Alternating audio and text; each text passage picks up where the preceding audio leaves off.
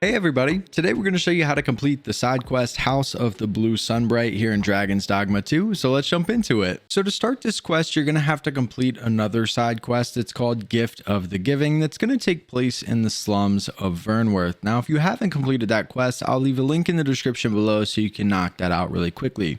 Upon completing that quest, if you go to leave the slums and work your way up the stairs, like you're going back into the city, you're going to run into a woman at the top of the stairs that's going to automatically start some dialogue with you. You're going to speak with her for a bit and accept her quest, and she's going to tell you that you need to meet her at her master's house that's going to be located up in the noble quarter. Now before we meet her at the house, there's a couple items that we're going to grab first that we're going to need for the quest. Make your way over to Filbert's, who's going to be found in the merchant quarter here in Vernworth, and once you arrive, go up and speak with him. We're going to purchase two items. We're going to buy one detoxifying decoction and one waking powder. These are going to be the only two items that we need from Filbert's. Now the final item that we're going to need is a misshapen eye. Now you most likely already have one of these. You get these from defeating Cyclopses here in the game. If you don't happen to have one, we're going to show you a picture on the screen of all the locations where you can find a Cyclops, that you can go and grab one really quick if you need one. Once we have all the items that we need, we're going to make our way up to the noble quarter to the Townsend's estate. We'll show you the exact location here on your map. But once you make it to the house, we're just going to go inside and speak with a woman named Diana, who's going to be the woman that we met down by the slums. We're going to have a little bit of dialogue with her as well as a boy named Sebastian. And after we accept the quest and the dialogue continues, we'll be able to move on to the next step. Now the next thing we're going to do is make our way down to the Gracious Hand and look for Daphne, the little girl that was in the first quest called the Gift of Giving. Once we make it down here, she's most likely going to be found standing outside of the tent that's just outside of the Gracious Hand. We want to speak with her, and we're going to have a little bit of dialogue where we try to convince her to go up to the house.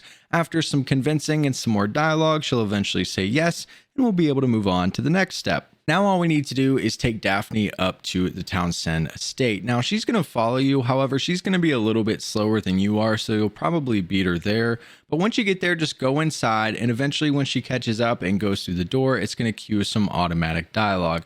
They're going to get her ready to look like the boy, and we're going to go into the dining room once the dialogue is all over. Once you end up in the dialogue, you're going to want to speak to Diana. You're also going to want to speak to Daphne. Once you finish both of those dialogues, the quest will let you know, and you'll be able to go and speak with Sebastian.